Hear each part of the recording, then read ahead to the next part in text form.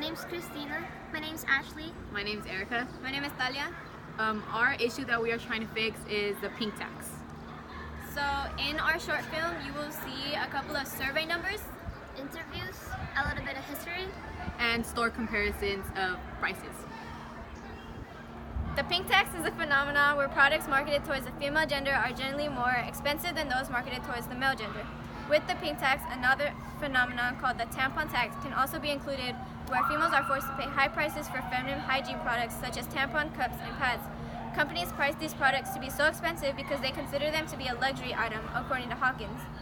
While companies consider these products to be a luxury item, reality is these products are a necessity and women are being punished for being females as they have to pay a large amount through this tampon tax. For years, stores have sold women's clothing, hygiene products, and supplies and more. This means that for years, women have had to pay extra due to the pink tax. It wasn't until 1994 when the state of California ran their own gender pricing study that people have become more aware of the pink tax. In their study, they found that women paid about $1,351 more per year than men on goods and services, which today that amount would be about $2,188, according to Colley. Years later, in 2015, the New York Department of Consumer Affairs did a study of the gender pricing and found that products specifically geared towards women cost 42% of the time more, while products designed to seem more manly cost more 18% of the time. Although this inequality through gender pricing is such a recent issue and hadn't really become aware until 1994, some could say that the pink tax was caused simply by the inequality that women have always faced since the beginning of time. In the past, and still in some places today, women always had to follow strict gender roles where the males are more superior and women simply were not. For example, women were considered to be men's property. They weren't allowed to vote or work unless it was housework or just the way they wanted. Just as men were considered superior in the past and women were considered not to have such high roles in society, the pink tax in a way is keeping that frame of mind through forcing females to pay more than males on the same product. 1, 2, 3, go. Alright, so these are two cars. Pretty much the same. But guess what? This one is $49.94. And this one is $59.87. What is that, huh? Not only do women earn less than men, but they're often charged more for products. A study found adult women spend an average of 13% more every time they need to stock up on essentials like razors or body wash. Even tampons, a necessity item, are exempt from the sales tax in most states, and it's been this way for a long time. In order to fix this issue, they introduced laws, but many hurdles came in their way. First, in the 1950s, California outlawed sex discrimination against business customers with the Unruh Civil Rights Act. Sponsored by Jess Unruh, the law required businesses to grant everyone, regardless of race, sex, religion, or national origin, equal accommodations. Additionally, in 1985, the state Supreme Court, in a ruling by then Chief Justice Rose Bird Bering, said the Unruh Act banned sex-based pricing, but state law still didn't forbid businesses from charging women more than men, and the contrast in prices still continue. The first express ban on sex-based price discrimination came in 1995 with a law sponsored by Senator Jackie Speier, now a congresswoman. She had intended to apply the ban to all sales, including consumer goods, but the ban was limited to services like haircuts and dry cleaning. Lastly, in 1996, there was a repealed Gender Tax Act that was passed. It required that prices for services such as haircuts and more be determined by the amount of time needed to do the job and not by gender. Though this was a positive thing for women, it didn't include that prices of products and supplies shouldn't be based on gender, thus keeping the pink tax alive. And more than 2 decades later, unequal pricing is still a serious issue. Okay, so the fight has changed from past to present by, in 1994, the California studies bring awareness to people by, like letting people know what's happening about the pink tax, and people started to notice that, and they started going on rallies, and that's pretty much what it was used for, like how they would fight against it. That was probably the only one that they would do, and now they still do that. Like they used to they tried to use repealing acts to get rid of it, and they still try to repeal it, but they use more stuff like social media and like hashtags. Like in social media, they use a lot of hashtags, and they do a lot of petitions to like get rid of it, and so other people can notice it. so other people can notice it. And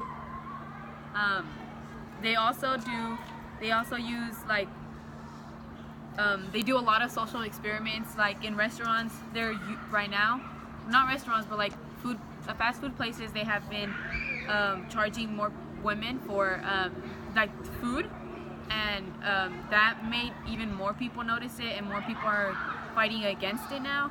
And okay, and that is how the fight has changed. I think that's the situation because throughout history, men have been getting.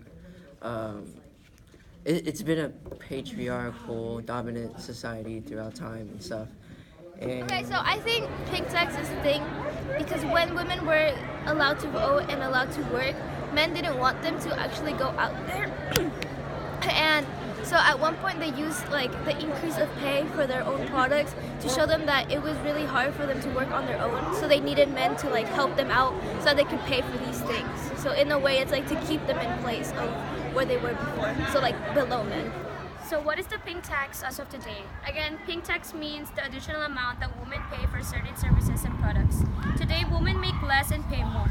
Items like tampons and pads are viewed as luxury items. That's why they are charged as sale tax.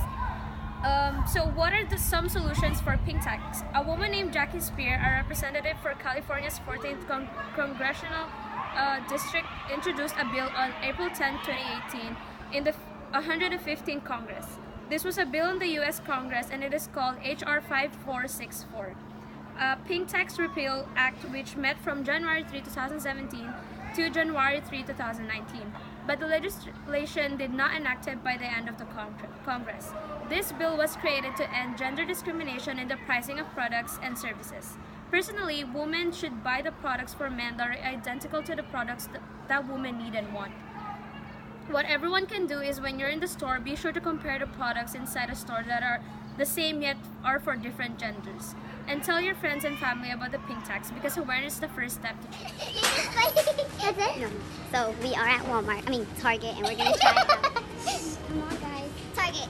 Yeah, we're at Target. We're gonna look for price differences between pink and blue, girl and boy.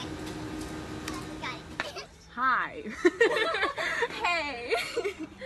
Wait, are we gonna go? Come on. Hi. Okay, so this is a toy for this is a Lego toy for girls, as you can see. And then this one is more of a version for guys. And then this one is $79.99, and that one is $69.99. This one is more cheaper than this one. Which now every girl that wants this one, which is more expensive, has to go for that one, which is most likely like the same thing. So yeah.